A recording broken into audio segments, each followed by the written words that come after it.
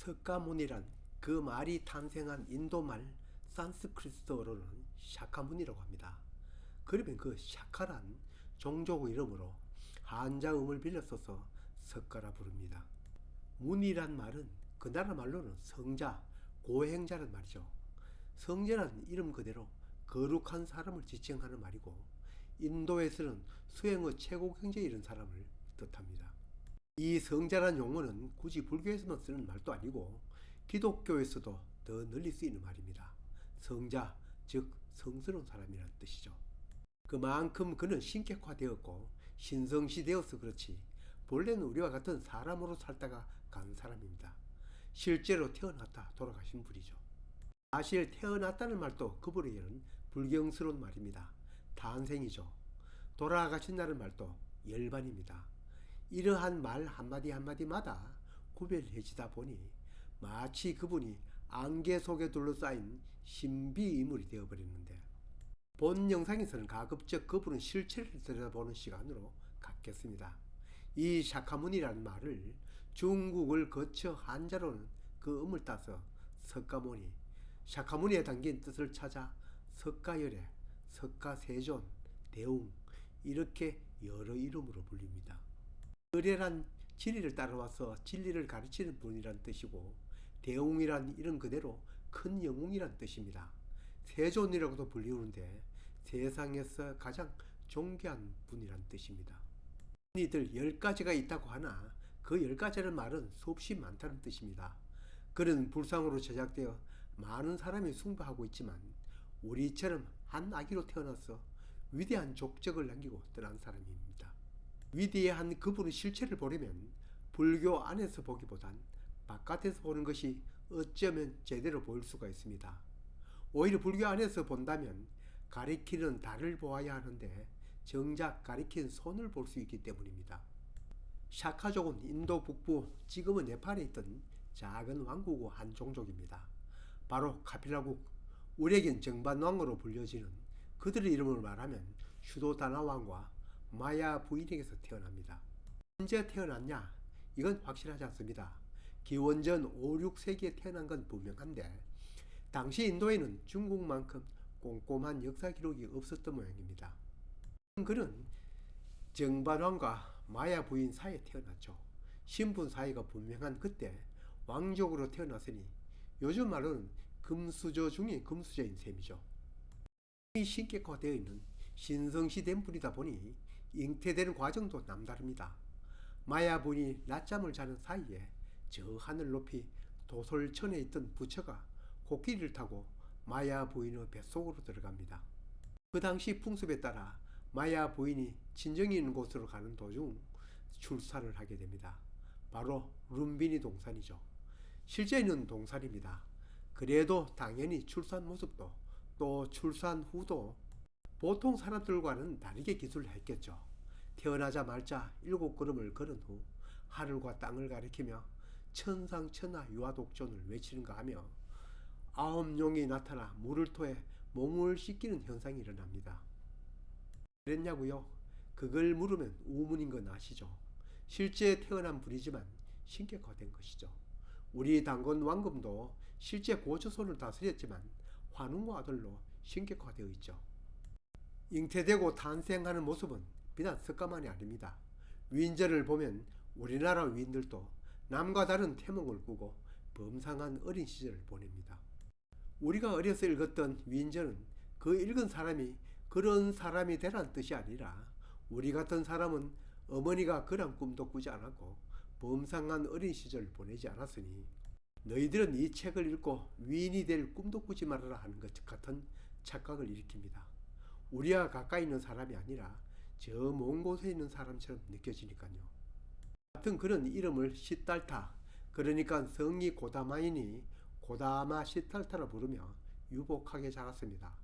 또래 아이들은 밭에서 일을 하지만 그는 수레를 타고 이곳저곳을 구경합니다. 성년이 된 시달타는 어느 날 동문, 남문, 서문, 북문을 나갔다가 자신이 경험하지 못하는 삶의 실상을 보게 됩니다. 동문을 나선 시달타 태자는 늙은 노인을 만나고 남문에서는 병자를 보게 되고 서문에서는 시체가 나가는 걸 보게 됩니다. 그 모습이 내리박힌 거죠. 왜 사람은 태어나서 늙고 병들어야만 하고 결국에는 죽어야 하는 생로병사에 대한 고민이죠. 그 뒤로도 그는 야쇼다라는 아리따운 부인을 맞아들이고 그 사이에 라울라라는 귀여운 아들을 얻었지만 그는 줄곧 이 고민을 해결하기 위해 성을 나와 수행의 길에 들었습니다. 당시 수행의 길에 들어선 것은 시달타만이 아닙니다. 인도에서는 수행을 하는 수도인이 모든 사람들로부터 존경을 받던 때입니다. 민족 이동이 격심한 몽고와 같은 중앙아시아는 징기스칸 같은 정복자가 최고의 위인이고, 학문을 숭상하던 고대 중국에서는 공자와 맹자 같은 분이 가장 추앙을 받았으니까요. 지역적인 특색인 셈이죠. 그는 수행과 고행을 거듭하다가 바로 깨달음을 얻은 거죠. 당연히 그 깨달음의 핵심은 생로병사의 고민에서 출발합니다. 그가 깨달은 것은 누구나 어느 생명이나 태어나는 것은 다 늙고 병들어 죽는다는 진리입니다. 태어나지 않은 것은 죽음도 없는 것입니다. 어디 인간의 고민이 생로병사에만 있습니까? 천가지 일에 천가지 고민이 있고 만가지 일에 만가지 고민이 있는 법입니다.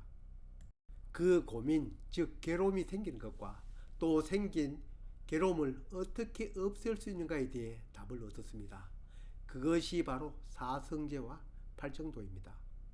사성제란 마음의 괴로움이 어떻게 생기고 그걸 어떻게 없애는가에 대한 이야기이고, 팔정도란 괴로움을 잉태하지 않기 위한 바른 생활 태도를 말합니다.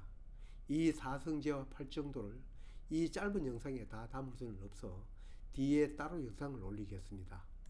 한마디로 그가 깨달은 것은 마음 바꾸기라 할 수 있습니다.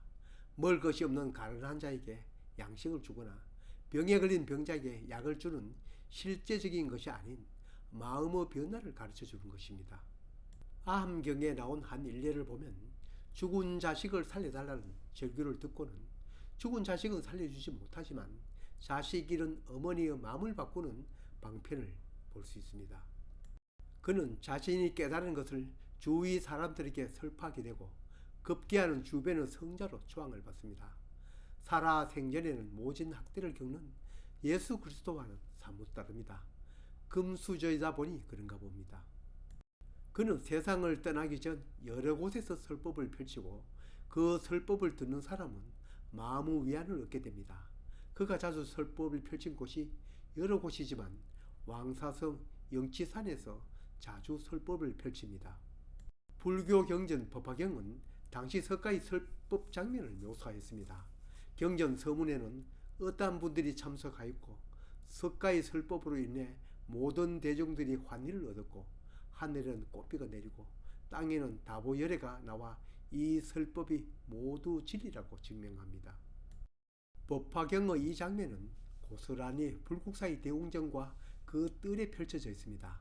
석가탑은 영치산을 모방해 아래에 바위를 깔고 그 옆에는 다보탑이 석가에게 펼치는 설법 내용이 진리다라는 것을 증명하고 있습니다. 세상을 떠날 때까지 오랫동안 여러 곳에서 펼쳐진 이 설법 내용을 축약한다면 대중들이 겪고 있는 마음의 병이 어디에서 오고 그건 어떻게 해결해야 하는 방법을 가르쳐 주는 것입니다. 그런 그의 설법 내용은 오늘날 물질 풍요 속에서도 마음의 안주를 못하는 우리에게 더 많은 가르침을 줄 것입니다. 그의 가르침은 비단 불교도들에 의해서 배워지기보다 우리 모두가 배우고 깨우칠 문제입니다. 제가 불교 문화재 관련 영상을 올리면 그 댓글에 불교를 폄훼하는 글을 자주 볼 수 있습니다. 석가모니를 비롯하여 예수 그리스도, 공자, 맹자 모두 우리들에게 삶의 지혜를 가르쳐준 성현들입니다. 내가 교회에 가지 않는다고 예수를 비방하는 일은 나의 실체가 어떤 사람인지 어쩌면 보여주는 행위입니다. 심리학에 보면 투사란 말이 있습니다. 내 본능 속에 들어있는 것이 그와 같은 장면을 보고 말로 튀어나오는 것입니다. 나무라기는 그 사람을 나무라지만 실제 그건 내 속에 있던 것이 그 사람 행동을 보고 비쳐 나온 것입니다. 마치 거울 속에 내 모습이 비치듯이 말입니다.